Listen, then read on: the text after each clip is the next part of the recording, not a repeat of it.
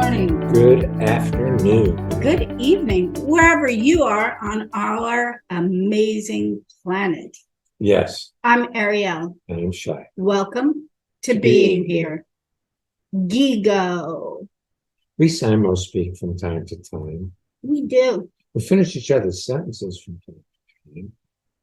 And we explain G.I.G.O from time to time as well. This is true. It's a computer term meaning garbage in, garbage out.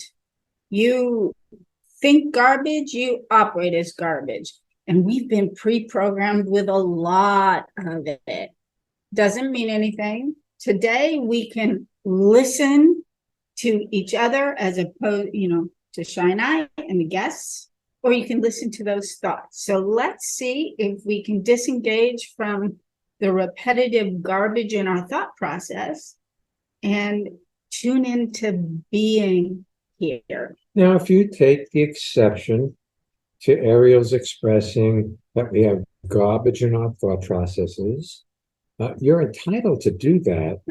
But the reality is, whatever you were programmed with growing up exists in you, and it exists as a reality that you created from the information that was downloaded into your internal PC.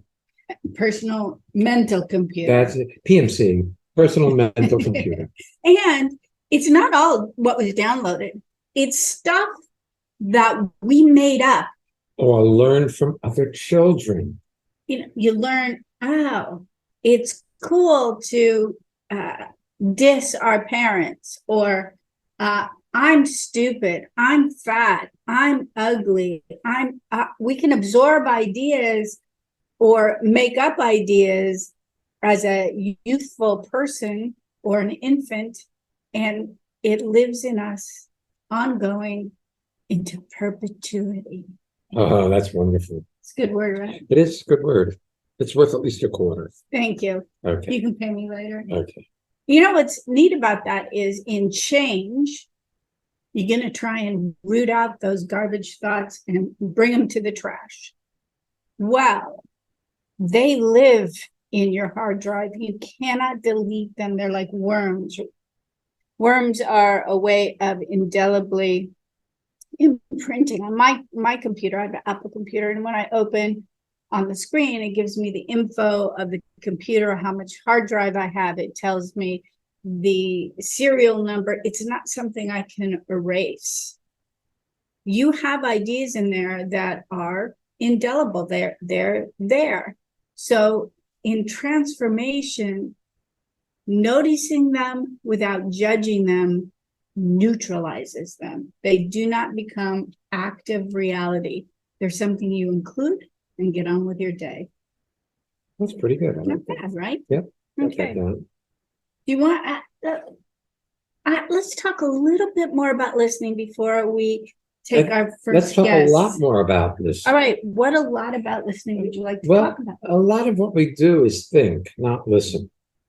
We think and compare what's being said to what we already know or believe to be true. And then we either agree with what's being said or disagree with what's being said, and we call that listening. But that's not listening, that's thinking about. See, when you truly listen, you allow the speaker's point of view to become your reality. So you're actually seeing through their eyes. So listening allows you to take on the reality of the person who's speaking, as opposed to judging it, agreeing with it, disagreeing with it, think you already know or know better. Yeah, it's interesting. I've been engaged in self-discovery, trying to figure out who I am for more than 60 years. I mean, really, for the past 60 plus years, I have been fully engaged in this reality. And I used to think I knew what I knew, and I did know what I know, but it wasn't reality. It was my reality based on the information that had been dropped in there or absorbed in my travels. What I thought about life, what I believed to be true, my inhibitions, my thoughts that I couldn't speak my truth because people might judge me. All of that stuff has been there for me to discover there's an alternate reality, and listening to somebody else's reality gives me alternate realities. Not only listening to other people's reality, which is what you're doing here. You're listening to a conversation currently with Shia and myself, soon to add in the guests. But when you listen to your environment, it pulls you out of the thought process that has an ongoing commentary about who you are, how you're doing, what you should be doing, what you should have done, the past future toggle of the mind. That's pretty good. Let's take So here's the thing. Yes. Why talk about listening? Well, if you truly listen, as in fully engage in what's being said, to hear what's being said from the speaker's point of view without judging it, it will pull you into the current moment of your life, and your life transforms all on its own when you get into the current moment, because you synchronize up with your life rather than your thoughts about the future and past.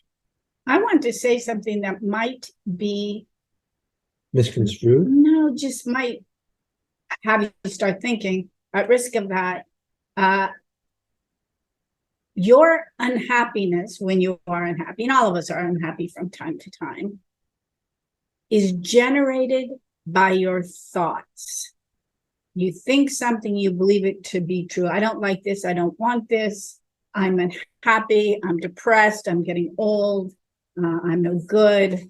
Any of those ideas that pass through, that you latch onto, you can create a visceral, emotional response to. And a reality about. Yeah. So listening relieves you of that burden. Yeah, because no two things can occupy the same space at the same time. In other words, if you're fully engaged in listening, you're not engaged in your thoughts. Let's take our guest. All right. All right, Lawrence. Welcome to being here. Lawrence. Kindly tell us where you're zooming in from once you unmute there. Almost. There he is. Hi, Ariel. Hi, Shia. I'm joining you from Oxfordshire in England. Lovely. You know, when I hear the word Oxfordshire, I start thinking of Peter Rabbit. I mean, you should have lots of rabbits around your house. You may be totally in a city, an urban area. But the Shire, between Hobbits and Oxfordshire. Yes. Yeah, we have lots of rabbits. Well, good. My impression is not inaccurate. Anyway, what can we do for you? So it's quite interesting, this topic about garbage in, garbage out.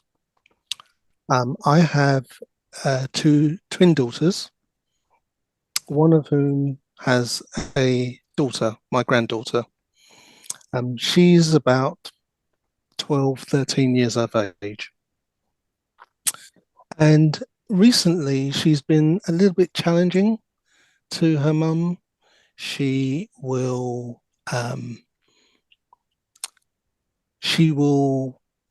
lie. She will eat food when she doesn't need to eat food, when she's not hungry, and lie about that.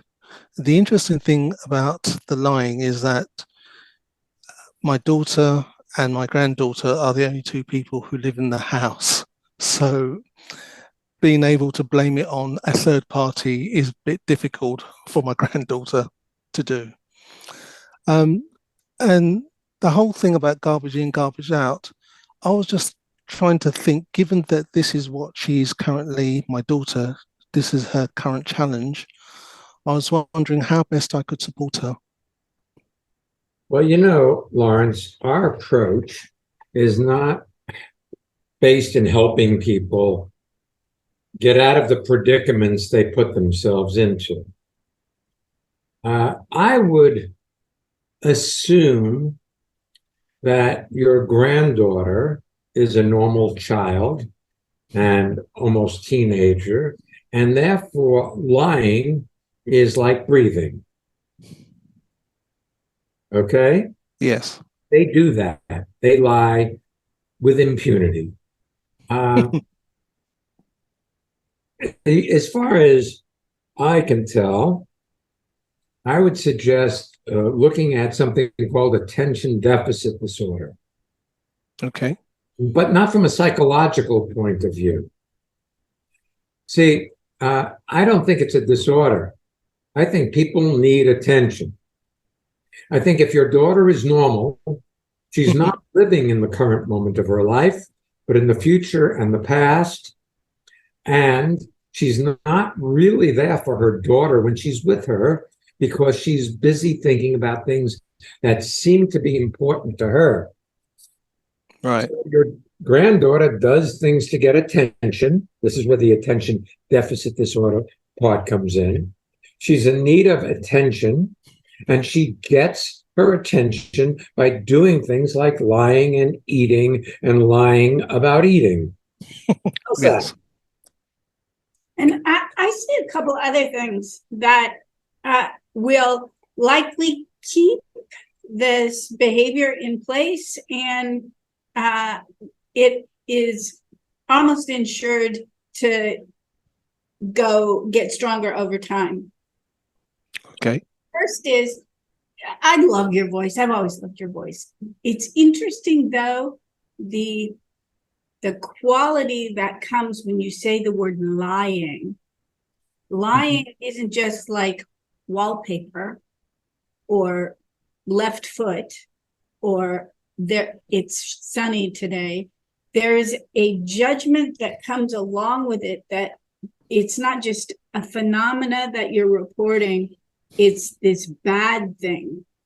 And rather than holding it as a puzzle, although you are somewhat, there is certainly a charge with it because you wish it weren't so. You're interested in change, not transformation. You're interested in fixing the situation so it's more comfortable.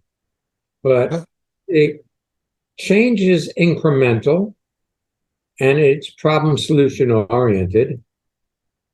Whereas transformation is just about the isness of the current situation. Okay. It's about what is, not what you'd prefer. And your preferences, called a healthy, happy granddaughter and a healthy, happy daughter, are coloring your reality. So you're not trying to just see what's happening here. You're looking to fix it. Okay. You see that, right? Yes, I do. Yeah. And fixing it doesn't work, you see, because anything you do to change something keeps it in place. What? I have two other impressions. On a Monday Night Alive recently, one of the fellows who came, you know him, his name is Joe, and he's a lawyer, and he manages like 60 lawyers at a appeals court, the largest appeals court in the country, I believe.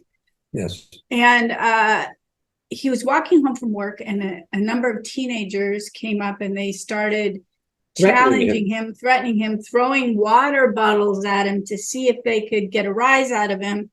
And he had a feeling it was coming. He turned around and he whacked the water bottle away, and they're like, whoa, he's a ninja. And then they did a whole thing, and he turned to them and said, don't.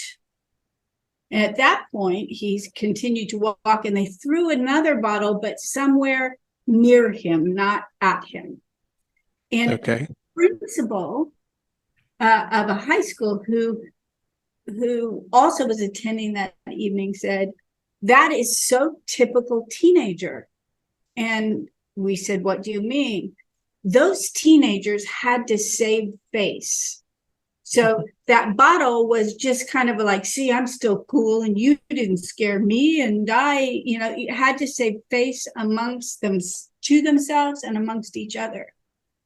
I have a feeling that if your daughter requires your granddaughter to own that she ate the crackers or she ate that entire thing of peanut butter that was there this morning and now it's gone, there's no way for her to save face. And that is an important, I'm suddenly recalling myself. If they wanted me to admit something that I did as a kid, where I wasn't just saying, yes, I took that.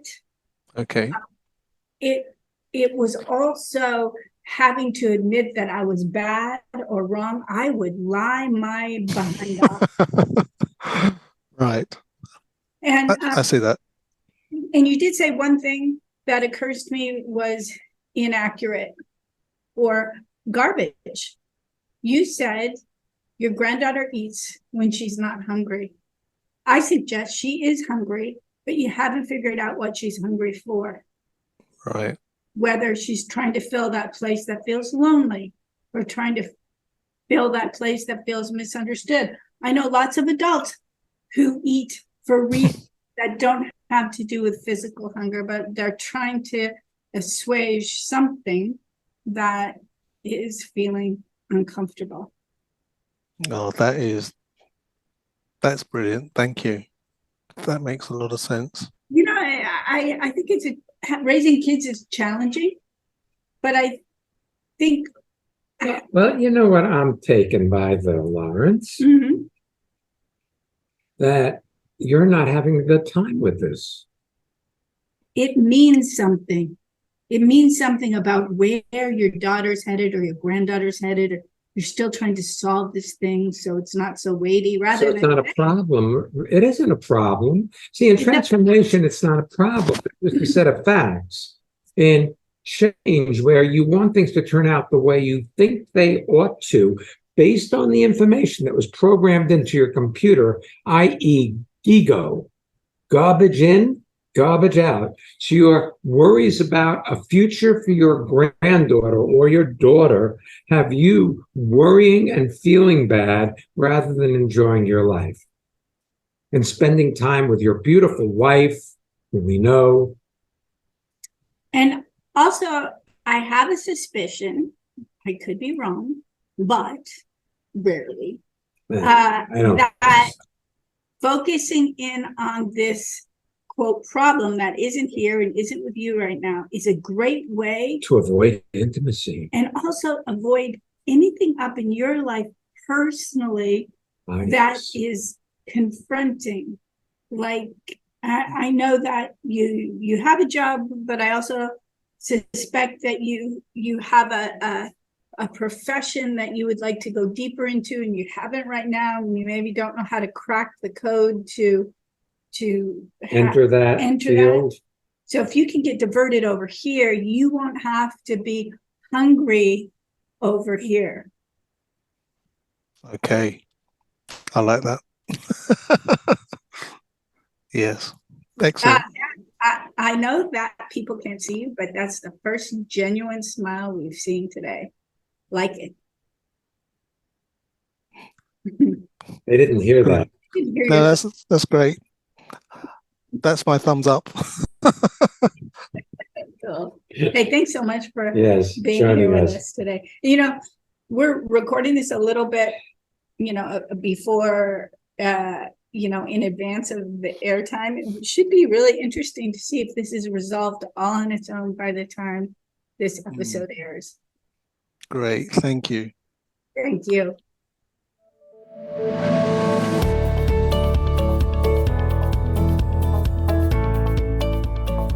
It's that time. The time for what? Our listener feedback spotlight. What is that? Well, I'm so proud of the people who listen to this show.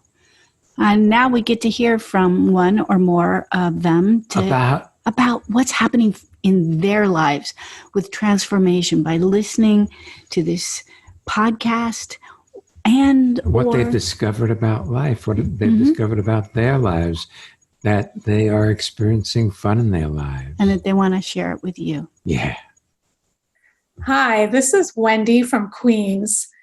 And transformation or living made easy, they're just such a great opportunity to be able to see things that you just don't see. You know, you go along through life and you think you know what you know, but really to expand your vision and to live life fully and to stop the mind chatter and to be able to just go for things.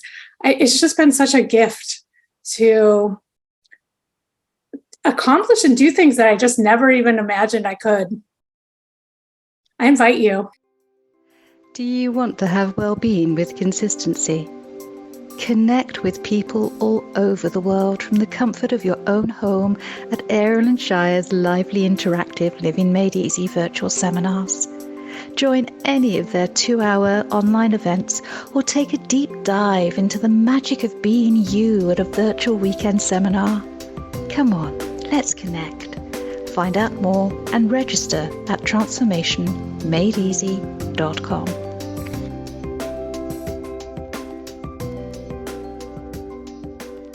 If you'd like to join us virtually for a seminar, we have a couple coming up. We have our 2-hour Living Made Easy seminars. The next one is Saturday, May 3rd and Monday, May 5th. And then we're doing a virtual weekend seminar, Being Boldly You. That's on June 24th and 25th. We are also holding an in-person seminar sometime in August. I'm suspecting early August. But at the time of this recording, we don't have the exact date and location. It will be in the New York, New Jersey area. So if you haven't seen it yet in our newsletters, go ahead and sign up for our newsletters, or just go to transformationmadeeasy.com and you can find out where it is and the theme. Additionally, we have reopened the early registration discount for Costa Rica to include the new folks that we will have just met in Hamburg. So if you want to come with us for Hamburg next year, and Hamburg for Costa Rica 2024, thank you. And you'd like a bargain, you should go ahead and register today. All right, you ready for our next guest? I am. Elka, welcome to being here, and tell people where you're from. Thank you, Ariel and Shire. Hi, I'm calling in from Hamburg. Welcome. So nice to see you. Yeah, it's nice to see you after a while. I have a question, or I have a story to tell. I asked you just before Christmas. I was ready to attend a show, a television program, where I was a bit nervous because it's was a live television program, and you told me have fun, and I had fun, and it was amazing, and I had a lot of wonderful feedback after the show. It's mostly in northern Germany, but there were people from Switzerland, from southern Germany who wrote me after the show. And even when I came back after the program, Dieter, my husband, welcomed me with, "Oh, it was great. My daughter sent me text messages." And so I was happy for a while. And then I hesitated to watch the video 2 days after the program. I left for a long vacation to South America, but I could have seen it during the journey, and I hesitated because I feared that I would be disappointed or angry about things I would have said or not said. And that when I saw this topic, garbage in, garbage out, I thought that's just what I felt like. This was so good. I could be happy, and at the same time, I thought perhaps I did something which I would not would have welcomed. And then after the holidays, I watched it, but I watched it when I was alone at home, and it was good. I recognized me. I found things which I would have said a bit different, but in all, I found me quite sympathetic. But why I'm telling it, it's that I found it somehow awful that I, after so good feedbacks, I still start to, I don't know the word, that I don't believe in me. Is it? You say? Who's the I that doesn't believe in you, Elke? It's a little Elke. The Elke, yeah. I think it's. Well, I know it from. I don't further. think you don't love them. What do you think, my friend? I think that you've got a history that came before you of people doubting themselves. And you've absorbed that reality of self-doubt as though you're not enough. So it's a trust thing. You don't trust yourself to be as great as you are. Because see, you're an amazing human being. And I don't say that to everybody, except you think I do. No. No. You know what I mean? Yeah. In your head, you'll go, oh, you say that to everybody. But I really, truly experience you as an amazing person, Elke. And you're kind and generous and intelligent. And that's part of the problem, your intelligence, your thinking mind rather than your experiencing being. See, you think about everything and you're very judgmental, especially about you. And I've been in there in that you chose to go on vacation and watch it later, which could have been a really cool decision. You know what? I'll look at it when I get back. I'll have some distance. It'll be great. Yeah. I don't want to be thinking about it while I'm gone. It's not relevant to what I'm going to be up to. I'm not going to do any television shows. Although I guarantee you thought about it every day when you were gone on vacation. I thought about it because I became you say because. I don't say because, but you did think about it every day on vacation.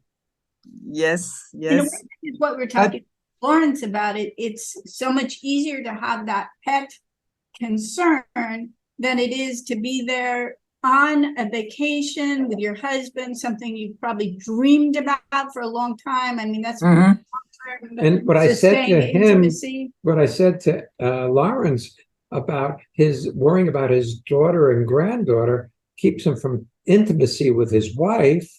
Well, you teach sex education and sexual intimacy and yet you were lost in a conversation about something you did or didn't do a week or so before you went on vacation. So you were stuck in that moment in time out of a judgment system that thinks you can't do it well enough. That's the mind. The mind says you never do it well enough. You know, I as a hobby, I tie fishing flies. Yes.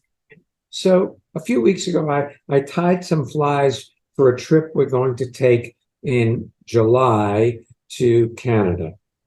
And these flies are very large and complicated, complex. And so I have a piece of one that's ready to go into a larger fly that I made, and it's just hanging there. And every time I walk by, I look at it and I go, wow, that is such a magnificent thing. It goes contrary to my story about my ability to do things with my hands. But I'm constantly reminded that I always look to find that I didn't do it well enough. Mm-hmm. And you always look to find that you didn't do it well enough. So and it's really good, really, really good. And yet, in my thoughts, there's a looking to find fault with how I did it. And that's an automatic garbage in, garbage out mechanism that was put together by you at a very young age, Yes. even pre speech, where you just absorbed that reality from the people around you. And I believe you did absorb it from the people around you because they absorbed it from the people around them. As Yes. Yeah, I can see this. And I can also see this garbage in, garbage out, or I can see the mechanism in my mind, and I could watching the television. I sometimes could smile at me, and watching the video, I could. I think I was very authentic in the, and people saw it, and it was I always dream from being a speaker, but I'm not a speaker. I'm Elke. And I'm reaching. Slow down for a second. Yeah. See, you say I'm Elke. I'm not a speaker, but why can't Elke be a speaker? You know, you have a picture of what a speaker means rather than Elke being Elke is a brilliant speaker. Okay, yes. That's good. I speak for a living now. But up until the time I was 32 years old, I thought I was not a very good speaker and I had nothing to say. Mm-hmm. Interestingly enough, Elke, I think a lot of this goes, the challenge you had and the challenge you had on vacation even had to do with listening. Meaning, a lot of people said a lot of really nice things about your television appearance, and I'd be willing to bet everything I own your mind began to rebut those what you considered kind comments rather than their self-expression of their experience of you. Now, yes, yes, Elke, do me a favor. We're just doing this conversation through Zoom, so look at us and tell me, how much of you can you see right now? Not that much. I can see. Not that much, right? And of course, your Zoom video gives you a little picture of you or a picture of you. But when you're looking at us, you don't see you. No. When people look at you, they see you. They see how great you are, what a good speaker you are, how you know the material, how you're how you're authentically giving them information that will support them in their lives, and they get that. And sometimes I get it too, but yeah, sometimes you get it too. But okay, let's talk about something else for a moment. See, your mind is always going to find fault with you. So no matter how good you do anything, that conversation will eventually come to, you could have done it better. You should have said it differently. Yeah. Said more. See, that's what it does. But here's the good news, Elke. You're not that conversation. Yes. You just happen to listen to it and think it's you. I have noticed something, Elke, as Shai said, he is a speaker. We are speakers. We lead seminars and have led seminars since 1987. And together. And he led them for many years before that. But and since COVID, the amount of time we're leading seminars has doubled, tripled, quadrupled. We do things now via Zoom instead of a Monday night. Most Mondays in New York City, we do Mondays, Tuesdays, Saturdays, Zoom meetings with different teams, Zoom clients. So there's a ongoing communication and speaking. And one of the things that I've discovered when I've watched things that are recorded is I can have a conversation. Oh, I could have said this or I should have said that. That used to happen in the early years where we would talk to ourselves about what we should have said. But I've come to recognize that in the moment, while being with another person, what is evoked is exactly what wants to be heard and exactly what I want to say, not more or less. And you have, how many years have you been a gynecologist, sexual practitioner, a person who has been in this field of sexuality and training individuals? More than 30 years. Okay. So do you actually think in a 20-minute segment or a half hour or 10 minutes, you could impart 30 years of knowledge? No. So, but what you said was excellent. It was perfect for the people who were listening. Plus, it was exactly what the audience at large was ready to hear. Now there's another opening. You can say other things or wider things. Yesterday, a woman walked up to me in a store. Shia had called me to let me know he was coming off the river, and I was still in a store, and I picked up the phone. I'm not sure how I answered it. I might have said, well, what you told me was you said, "Hey, handsome." Hey, handsome, or hi, honey, how are you? You know, how do you, it's something. And she came up to me a little later and said, was that your husband? And I said, yes. What an amazing way to answer the phone. I should do that. I'll try that. I said, well, we've been together 40 years and it's still true. And do you listen to podcasts? And she said, yes, I got a podcast. She's like, is it about relationship? And I said, sometimes it's a lot of other things. And we had the Living Made Easy. And then my ability to articulate what we do went just dried up. Now I can either go away and go, oh, I should have told her she should come. Or she had heard enough. Yes. Yeah. It's like trusting that was it. Trusting, Elka, that you are do enough. Your life perfectly in each moment, and you've done it perfectly. You have done nothing wrong, and each moment has brought you to the next moment, which has brought you to this moment. Including the garbage in your mind that berates you automatically. That's right. See it. Yeah. But it's not you, it's a machine. It just does that, and you can get on with your life. I will. And I'm happy. I'm happy to go on even with my work and my life. Yes. Thank you so much. Our pleasure. It's a real pleasure being with you. Really, really, really. And you know what, Elka? You just need to get more speaking gigs, because you'll discover each one is different and you're brilliant in all of them. And then you won't think so much about the one you just did. You'll be on to the next one. The world needs what you have to offer. You're welcome. Thank you. Oh, wow. This was fun. Yes. You enjoyed this podcast? If so, you can leave a review on your favorite podcast app. I imagine many of you have already done that. And if that's the case, you can leave another review and talk about your experience of being here. It helps people find the possibility. You can also just click on a link and share it with your friends. Well, we're going to be back next week. What are we talking about?